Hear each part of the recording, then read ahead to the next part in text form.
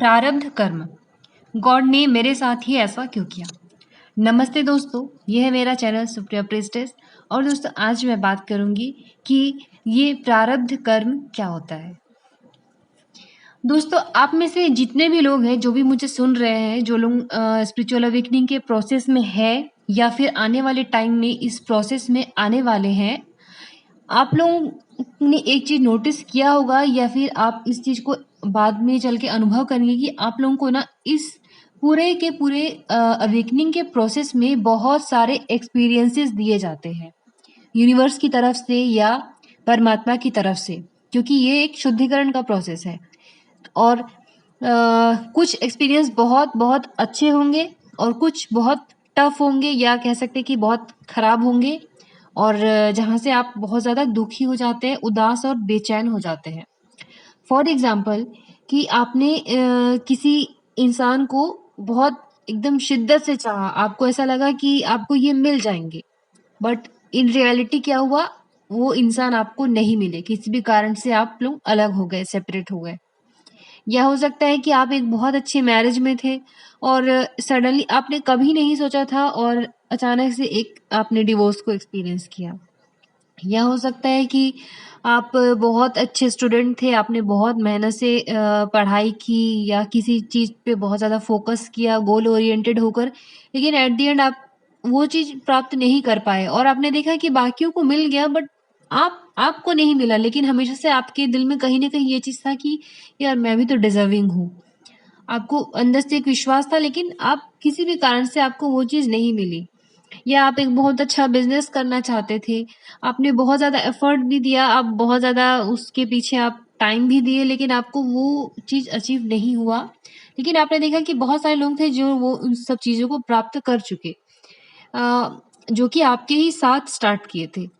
तो अगर इसमें से जो भी मैंने सिचुएशन एक्सप्लेन किया है, इसमें से अगर कोई सा भी सिचुएशन आपके साथ हुआ होगा, जो भी लोग मुझे सुन रहे हैं, तो एक चीज़ तो कॉमन है कि आप लोग बहुत ज़्यादा अंदर से एक डिससैटिस्फैक्शन की भावना आती है और लास्ट में आपने ऐसा सोचा होगा कि यार मेरे ही साथ ऐसा क्यों हुआ?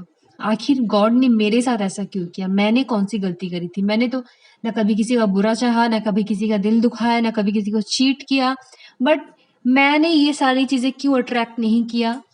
क्यों मेरे साथ ऐसा हुआ? तो आज मैं इसी टॉपिक पे बात करूँगी। अगर ऐसा कुछ भी आप लोगों ने फ़ील किया है, तो आप अब आज मैं कुछ पॉइंट्स बताने वाली हूँ, उस पॉइंट्स को आप बिल्कुल अपने दिमाग में बिठा दीजिए। आप लोगों की जर्नी बहुत आसान हो जाएगी। जो फर्स्ट पॉइंट है, वो है प्रारब्ध कर्म। यानी कि आपने आज तक जो भी अनुभव किया है, कुछ अच्छा हो या कुछ बुरा हो, कुछ अच्छा अचीव किया या कुछ अचीव नहीं कर पाए, कोई सा भी चीज़ हो, आपको समझना पड़ेगा कि प्रारब्ध कर्म जो होता है वो लौट कर आता है। ठीक है, यू हैव टू पे फॉर इट, आइदर गुड और बैड। जैसे ही आप इस बात को एक्सेप्ट करेंगे कि प्रारब्ध कर्म लौट कर आता है, तो आप क्या करेंगे पता है? फालतू के जो कंपेयर कर रहे थे ना आप अब तक अपनी जिंदगी से दूसरों की जिंदगी को, आपके मन से ये कंपैरिजन चला जाएगा, क्योंकि आप समझ जाएंगे कि हर किसी की जर्नी अलग है, हर कोई यहाँ इंडिविजुअल है, और जो भी यहाँ जैसा भी भोग रहा है, चाहे सुख भोग रहा है चाहे दुख भोग रहा है, प्रारब्ध कर्म लौट कर आते हैं।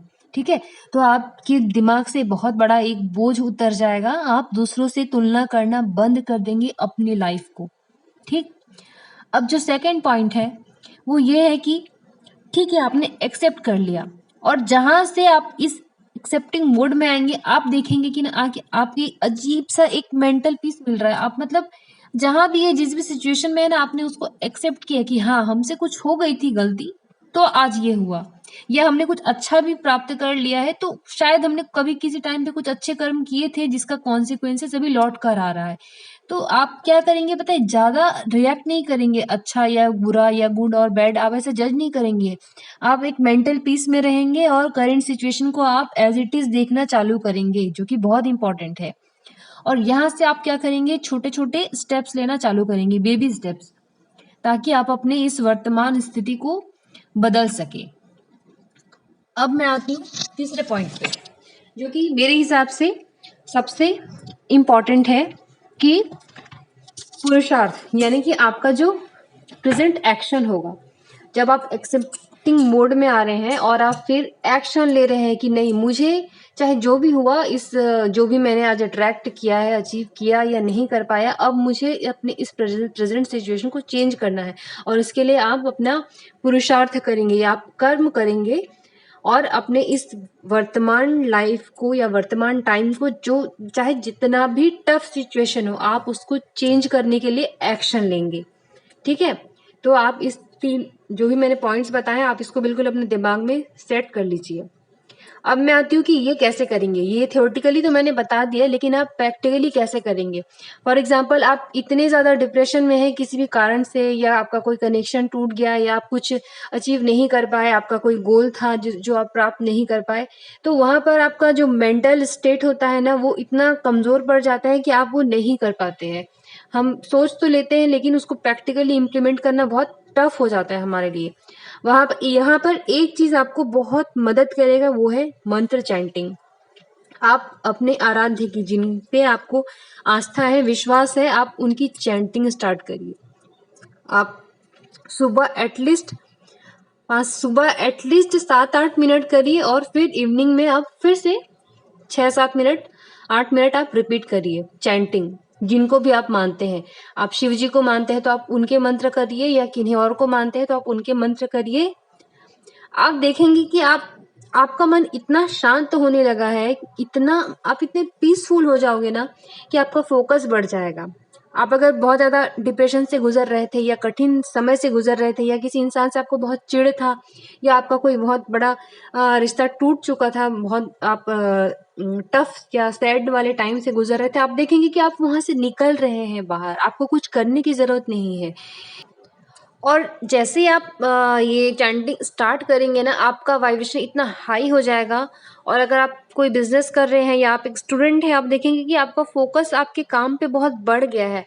और यकीन मानिए, सिर्फ ये एक चीज़ अगर आपने अपने डे टू डे लाइफ में ऐड कर लिया ना, तो यकीन मानिए आपका करंट सिचुएशन कितना भी टफ हो, आप कितना भी ज़्यादा डिप्रेशन से गुजर रहे हो, या कितना भी आप कठिन समय से गुजर रहे हो, यकीन मानिए एक दिन आप पाएंगे ना कि आप उस सिचुएशन से बाहर निकल चुके हैं, आप मूव ऑन कर चुके हैं उस परिस्थिति से।